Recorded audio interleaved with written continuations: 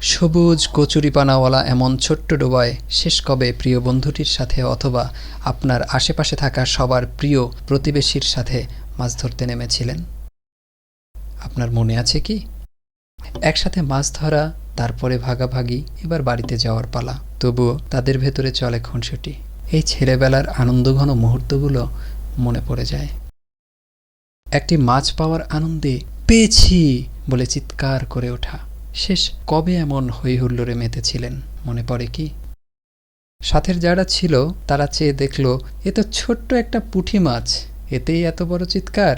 আসলে পুরোটাই ছিল আপনার মজার ছলে এই চিৎকার করে ওঠা। কখনো ট্যাংরা মাছের কাটা খেয়ে একটু থমকে দাঁড়িয়ে পরক্ষণে আবারও সেই যন্ত্রণাটাকে ভুলেই আবারও মাছ ধরতে শুরু করা।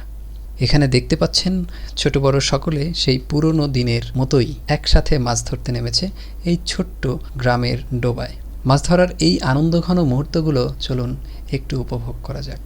সবাই একসঙ্গে মাছ ধরার আনন্দটাই আলাদা। এখানে সবচেয়ে বড় বিষয়টা হলো সবাই মিলে একটি সুন্দর আনন্দঘন মুহূর্ত অতিবাহিত করা, ছোট বড়, যেখানে সবাই একসঙ্গে একই আনন্দে মেতেছে।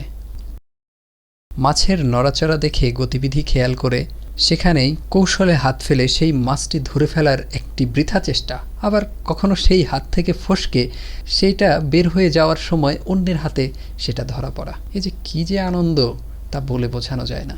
এভাবেই মাছ ধরা চলতে থাকে ঘন্টার পর ঘন্টা। কিন্তু মনে হয় এই তো কিছুক্ষণ আগেই তো নেমেছি।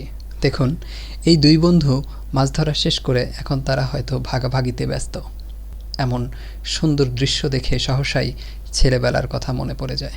আমরাও এভাবে কতই না মাছ ধরেছি, কতই না এভাবে সময় পার করেছি। কিন্তু সময়ের ব্যবধানে আজকে বিভিন্ন জন তাদের বিভিন্ন পেশার কারণে বিভিন্ন জায়গায় অবস্থান করছি। কিন্তু যখনই এমন দৃশ্য চোখে পড়ে সেই সমস্ত দিনের কথা আবারও মনে পড়ে সেই সময়ের ভালোবাসার মানুষগুলোর মুখগুলো। ভালো থাকবেন সবাই। আবারও কোনো এক ব্লগে দেখা হবে নতুন কোনো গল্প নিয়ে ইনশাআল্লাহ। আসসালামু আলাইকুম।